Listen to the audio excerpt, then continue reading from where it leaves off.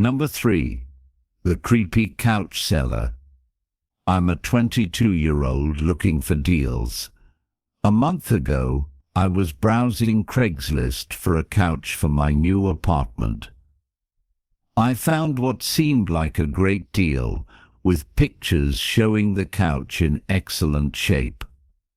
The seller wanted to be contacted by email. His address, Mexican Poppy 6666 and 66@hotmail.com, was definitely off-putting, but I emailed him my offer anyway. He responded in 5 minutes, accepting and asking for my address. I felt instantly uncomfortable. I didn't want a stranger coming to my home. I suggested I pick it up, but he continually insisted on coming to my house. I stopped responding, and a day later, he simply emailed me his address. It seemed like a steal, almost too good to be true. And he didn't live far, so I drove over in my van. His house was noticeably smaller than the others on the block. A middle-aged man in a baseball cap answered the door with a huge, unsettling smile and invited me in. I was uneasy immediately. He led me to the living room, and I saw the couch. It had scuff marks and small tears. It looked nothing like the ad.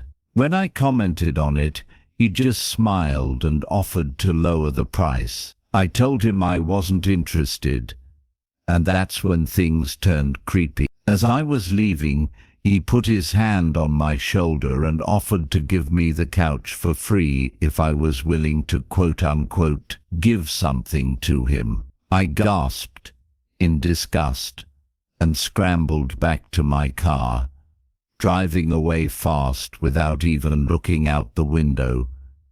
But it didn't end there. That same night, I heard stomping up my porch steps. I muted the TV and clearly heard someone fiddling with my front doorknob. I jumped out of bed, crept to the door and looked through the peephole, but they were already gone. Then I heard the sound of the backyard gate opening and closing. That's when I grabbed my phone and dialed 911. Soon after, I heard someone fiddling with the doorknob of the back apartment door. I yelled that the police were on their way, and I heard the gate open and close again. They were gone. That was a month ago, and nothing has happened since. But I still can't sleep. I'm 99% sure it was the couch man. He must have followed me home. It was no coincidence. I don't plan on using Craigslist again, and I'm still trying to find a new apartment. Number 2.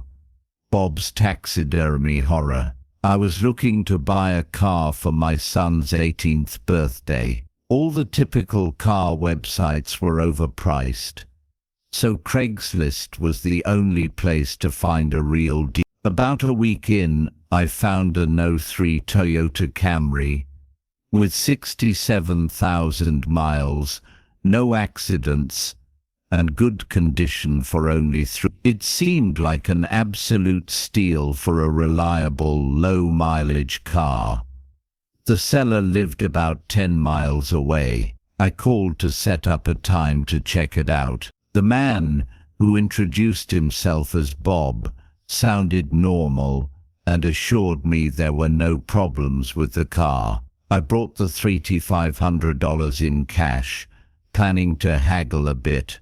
I pulled up the dirt road to Bob's property 15 minutes early. It was a tiny house with a decent-sized, isolated property. The garage was open, but empty except for an unusual amount of car parts. The Camry was nowhere in sight, just an old pickup truck. I checked the house number. It was the right address. The doorbell button was missing, so I knocked on the front door for a full 5 minutes before deciding to call him. I dialed his number and heard a cell phone ringing from inside the house. I was completely confused. I knew I had the right house. Why wasn't he answering? I decided I had to peek through a window. The inside was dark, but I saw an old-fashioned dining room set, and across from that, a figure standing at the back door, staring outside. That must be Bob, I thought. I knocked on the window, but he didn't move. Since it wasn't a rural area, and the yard was wide open, I simply walked around the house to the backyard. I couldn't understand how he hadn't heard me. When I reached the back door, I made a shocking realization. The figure standing by the door was a taxidermied human being. I ran straight back the way I came and raced to my car. I looked up one last time before driving off. The blinds to the window I had peeked into were now shut, but I could see two of the blinds bent open. Someone was at that window, watching me. I floored the gas pedal the whole way home. The whole situation still makes no sense. The car parts, the absence of the Toyota Camry, and the taxidermied human. The missing car leads me to believe he wasn't planning on selling me anything. That, in turn, leads to the disturbing thought that I was very close to becoming a lifeless statue staring out that man's back door. He claimed it was in mint condition. Since I didn't know much about testing phones, I brought my little brother along. We met halfway in a Dunkin' Donuts parking lot, around 10 p.m. Two large, intimidating guys stepped out of a black Honda Civic. One showed me the phone. It didn't have a scratch. My brother popped my SIM card in, tested it, and confirmed it worked. The guy then asked for $250, even though his original price was $200. I lied and said I only brought $200, which made him unhappy, but I didn't want to pay more than the asking price. I figured it was his way of ensuring I didn't haggle. I handed him the $200, and he and his buddy got back into their car. My brother and I got back into my car. I tested the phone by calling my girlfriend and checked settings for about 5 minutes. My brother mentioned the two guys hadn't left yet, but I didn't care. I started the car and pulled out. My brother commented that they started their car just as I did. I didn't find it too weird. I drove onto the turnpike, and at a red light, I noticed the black Honda Civic pull up right behind us. I was sure they had come from the opposite direction, so I found that a bit weird. I continued driving home, but they followed every single turn and stayed close on my tail. My brother suggested I pull over, but I knew those guys were looking for trouble.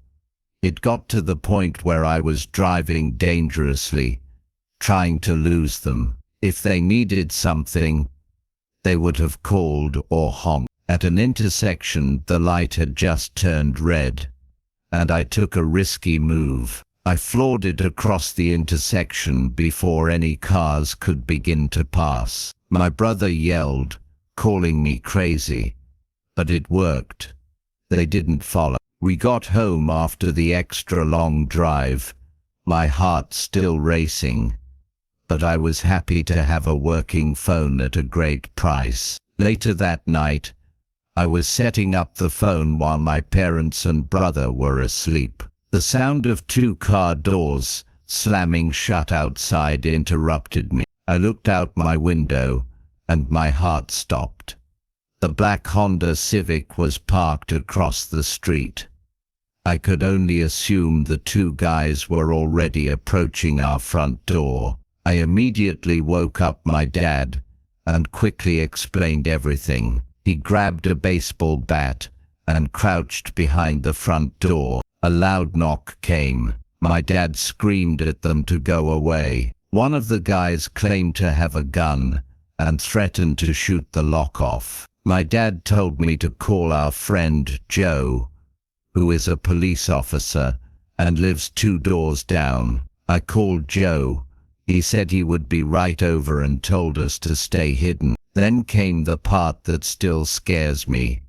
The sound of a silenced shot of a pistol. I peeked over and saw a bullet hole in the door, inches away from my dad's head. My dad ran away from the door, and we listened. We heard Joe outside yelling at them to drop their weapon. My dad went out to help when they lowered their guns. Joe arrested the 2 guys. I have to say this was the scariest day of my life, but it was also the best I had ever felt in my entire life.